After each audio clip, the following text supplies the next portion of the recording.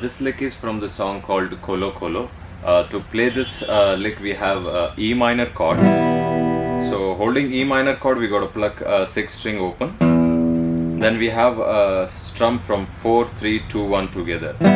So then we have this muted strokes. So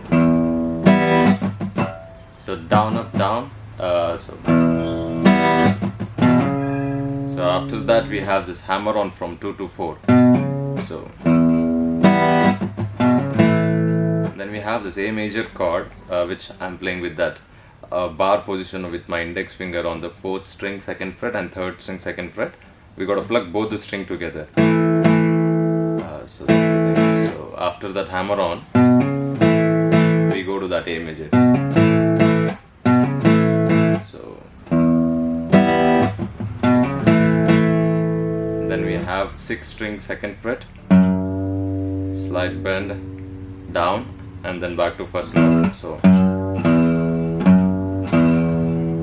we have holding.